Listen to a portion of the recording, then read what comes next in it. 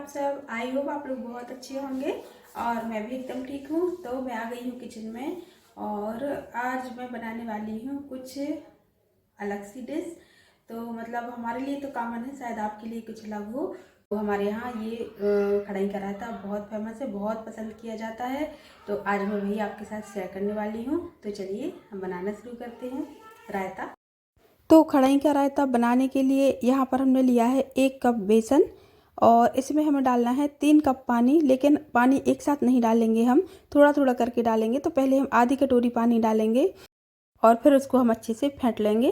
कुछ ऐसा कि उसमें बिल्कुल भी गुठली ना रहे, क्योंकि यदि गुठली रहेंगी तो फिर वो सारा बेसन जो है पक जाएगा, लेकिन गुठलियाँ अंदर से कच्ची रहेंगी।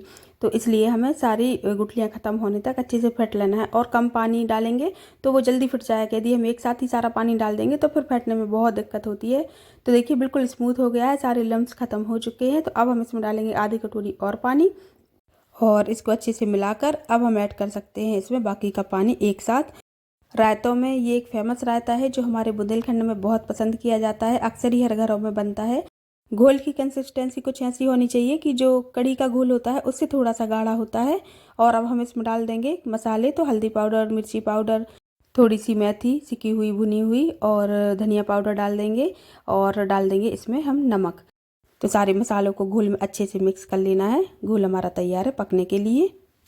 तो यहाँ पर रख दी है मैंने कढ़ाई और उसमें डाल दिया है थोड़ा सा ऑयल। आप चाहें तो देसी घी इसमें डाल सकते हैं, मैंने ऑयल डाला है।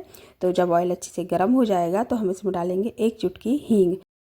और हींग कितनी ज़रूरी है आप जानते ही हैं। बेसन की कोई भी चीज़ हो या दही मट्ठा की कोई चीज़ हो तो हम उसमें हींग ज़रूर डालते हैं। तो हींग हमारी हो गई थी, हमने राई जीरा भी अब इसमें डाल दिया है।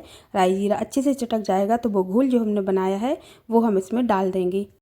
और अब यहाँ पर शुरू हो जाती है हमारे हाथों की एक्सरसाइज, क्योंकि अब हमें इसको कंटिन्यू चलाना है। अगर हम ज़रा भी छोड़ देंगे तो ये कढ़ाई में लग जाएगा। तो इसलिए हमें इसको बिल्कुल चलाते ही रहना है लगातार।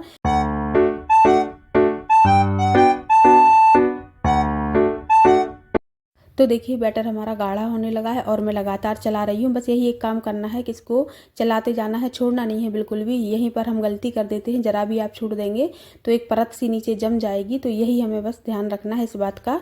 तो चलाते जाना है। और ये देखिए और भी ज़्यादा गाढ़ा हो गया है। चलाते चलाते है ना हाथों में थोड़ा सा दर्द होने लगता है, मेरे हाथों में होने लगा था, क्योंकि जैसे जैसे ये गाढ़ा होता जाता है चलाने में मेहनत सी लगने लगती है इसलिए। और ये देखिए इसमें बबल्स से आने लगे हैं ना, तो ये बस पकने वाला ही है। और अब देखिए घोल हमारा गाढ़ा सा हो गया है। और जब हम कड़छी में लेकर इसको नीचे गिराते हैं तो ये एकदम से नहीं गिरता है। जब ऐसी कंसिस्टेंसी में आ जाए हमारा घोल तो समझ लो पक गया है। और आज मैंने इसको लगातार चलाया है तो ये ज़रा भी कढ़ाई में नहीं लगा है, क्योंकि मुझे आप लोगों को बताना था। नहीं तो मैं तो जानबूझकर ही वो नीचे लगा देती हूँ कढ़ाई में। फिर जो उसकी कुरकुरी सी परत रहती है ना जो लग जाती है, वो खाने में मुझे और भी अच्छी लगती है। तो इसलिए और अगर हम उस परत को लगाने के लिए तैयार हों, हमें कोई दिक्कत ना हो कि वो लग जाएगी, तो फिर हमें चलाने में भी दिक्कत नहीं होती। हम ढककर भी पका सकते हैं, क्योंकि फिर वो नीचे जम जाती है और फिर वो पकता भी रहता है ऊपर। तो इसलिए तो दोनों ही बातें हैं।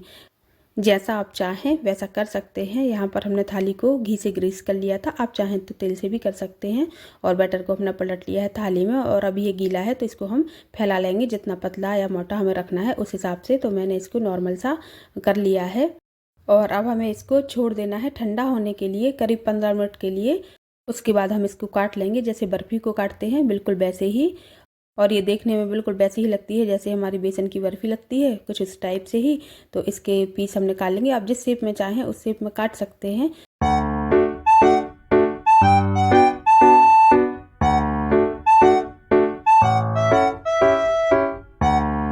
तो ये देखिए हमने काट लिया है और पीस भी मैं निकाल रही हूँ, तो बहुत आसानी से निकल जा रहे हैं। और ये देखिए बिल्कुल बर्फ़ी जैसे लग रहे हैं ना। तो अब यहाँ पर इसका काम हो गया है ख़त्म, ये बनके हो गई है रेडी। अब हम बनाएंगे रायता। तो रायते के लिए मैंने ले ली है छाछ, और ये देखिए अच्छी गाढ़ी छाछ है। तो तड़का बनाने की वीडियो क्लिप पता नहीं कैसे स्किप हो गई है, लेकिन मैंने तड़का में गरम करके तेल और राई जीरा हींग हल्दी और थोड़ी सी मिर्ची पाउडर डाला था, और उस तड़के को मैंने डाल दिया है छाछ में। तुरंत उसको ढक दी है प्लेट से, जिससे कि उसका जो धुआं है वो बाहर ना निकल पाए, उसी से टेस्ट आता है क्योंकि। तो बस इसमें हम डाल देंगे कुछ मसाले। तो इसमें मैंने धनिया पाउडर डाला है, थोड़ा सा भुना हुआ जीरा मैं इसमें डाल दूँगी, और नमक डाल दूँगी, और काला नमक भी मैं इसमें ऐड कर दूँगी, क्योंकि उससे बहुत अच्छा टेस्ट आता है। तो बस हमारा रायता बन के तैयार है, मतलब जो छाछ है वो बन के तैयार है। रायता तो जब हम उसमें डाल देंगे खड़ई तब बनेगा। तो ये देखिए ये हमने कर लिया है तैयार, और अब इसमें हम जो बनाई थी खड़ई वो इसमें हम डाल देंगे। तो ये देखिए मैंने ये भी डाल दी हैं, और अब हमारा खड़ई का रायता बन के हो गया है बिल्कुल रेडी। अब लास्ट में इसमें हम ऐड करेंगे कटी हुई धनिया पत्ती, और छौंक लगाते समय यदि मीठी नीम होती तो और भी अच्छा होता, लेकिन अभी भी हमारा रायता बहुत अच्छा बना है, एकदम टेस्टी सा।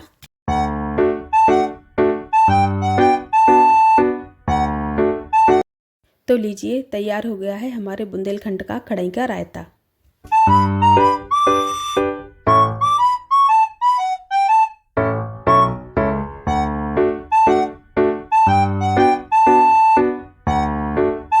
खाना पीना हो गया है तो अब आ जाती है काम की बारी। तो यहाँ पर मैं कर रही हूँ बर्तन साफ़, किचन साफ़ मैं कर चुकी हूँ, तो जल्दी जल्दी से कर ले रही हूँ काम, क्योंकि विधान मुझे बुला रहा है और कई बार वो आवाज़ दे चुका है, लेकिन वो खुद नहीं आ सकता है चल के अभी। तो बस मुझे जल्दी जल्दी काम करके उसको ही लेना है अब।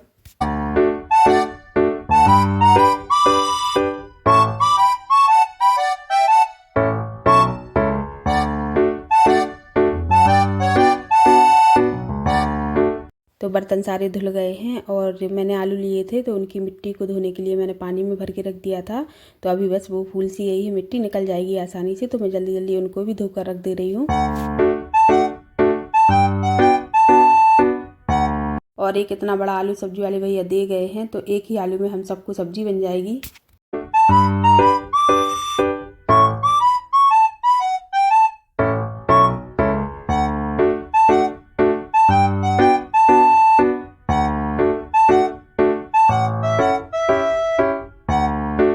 तो ये देखिए विधान पड़े पड़े रो रहे हैं, बुला रहे हैं मुझे बहुत देर से, बहुत देर हो गई है मुझे काम करते हुए। तो अब बस इसको लेती हूँ।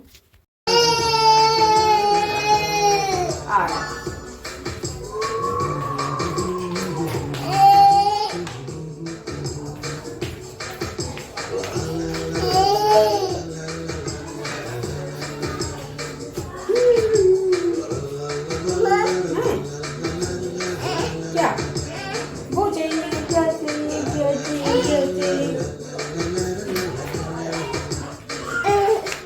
क्या हो गया, क्या हो गया, क्या हो गया? रोते नहीं है विधान। वैसे तो बिल्कुल ठीक हो गया है, लेकिन अभी इससे चलते नहीं बन रहा है खुद से, थोड़ा थोड़ा कोशिश कर रहा है, क्योंकि थोड़ा सा भी सूजा हुआ है तो इसलिए। और मैंने चलाने की कोशिश की थी तो खड़ा हो गया था, एक दो कदम भी इसने रख लिए थे, लेकिन अभी प्रॉपर चलते नहीं बन रहा है। ये रही विधान, और आजकल ये ऐसे ही गोदी में ही सोए रहते हैं, और जब जितना जैसा टाइम मिलता है वैसे काम होता है। तो अभी मैं किचन से फ्री होकर आई हूँ सारा काम करके, और घड़ी आप देख लो, दिख रहा है आपको? ये देखो 4:30 बज रहे हैं, और बेड की हालत आप देख सकते हैं कितना फैला हुआ है। लेकिन अभी मैं थोड़ी देर शांति से बैठूंगी, उसके बाद फिर मैं क्लीनिंग का काम करूंगी, क्योंकि अभी मेरे शरीर में इतनी सी भी ताकत नहीं बची है कि मैं कोई काम कर लूँ, इतना मैं थक गई हूँ। तो थोड़ी देर कर ले रही हूँ रेस्ट, उसके बाद फिर करूँगी साफ़ सफाई, क्योंकि 4:30 बज रहे हैं, तो शाम तो वैसे ही हो रही है, तो शाम का काम भी है जो करना है। तो बस फिर अब, और आज मुझे बहुत सारे कपड़े धोने थे जो मैंने नहीं धोए हैं, तो कल तो धोने ही हैं, क्योंकि बहुत ज़्यादा हो गए हैं। तो ये कुछ सामान लेकर आए थे, तो उसमें ये नमकीन मैंने मंगवाया था, और ये नमकीन मुझे बहुत अच्छा लगता है। ये अपने हिसाब से हम बनवा लेते हैं, जो जो चीज़ें हमें नमकीन में पसंद है वही वही हम डलवा के बनवा लेते हैं। तो ये कुछ ऐसे आता है कि मतलब अलग अलग रहता है सारा सामान, तो उसको मैं अच्छे से मिला ले रही हूँ, और थोड़ा सा निकाल लूँगी मैं अभी खाने के लिए चाय के साथ, क्योंकि मैं बना रही हूँ चाय। और चाय पी के मतलब चाय नाश्ता हो जाएगा, तो उसके बाद इनको गाँव जाना है, तो ये गाँव चले जाएंगे।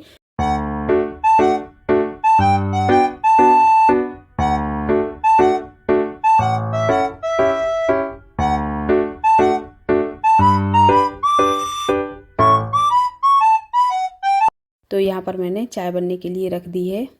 चाय बनेगी जब तक ये कर ले रहे हैं यहाँ पर संध्या। और विधान की अच्छी खासी नींद लगी थी, लेकिन घंटी की आवाज़ सुन के उठ गया है वो, और आकर ये देखिए पापा के साथ पूजा करवाने लगा है।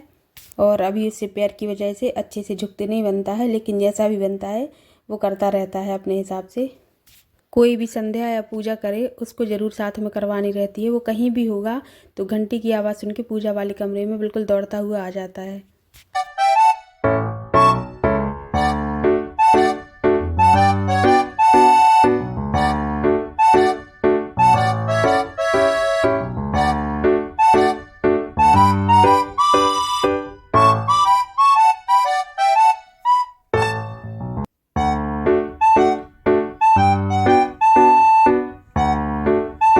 तो चाय तो बन गई थी लेकिन पूजा हो रही थी तो मैंने ढक कर रख दी थी। तो बस अब मैं छान ले रही हूँ। तो आ जाइए आप लोग भी गरम गरम शाम की चाय पी लीजिए।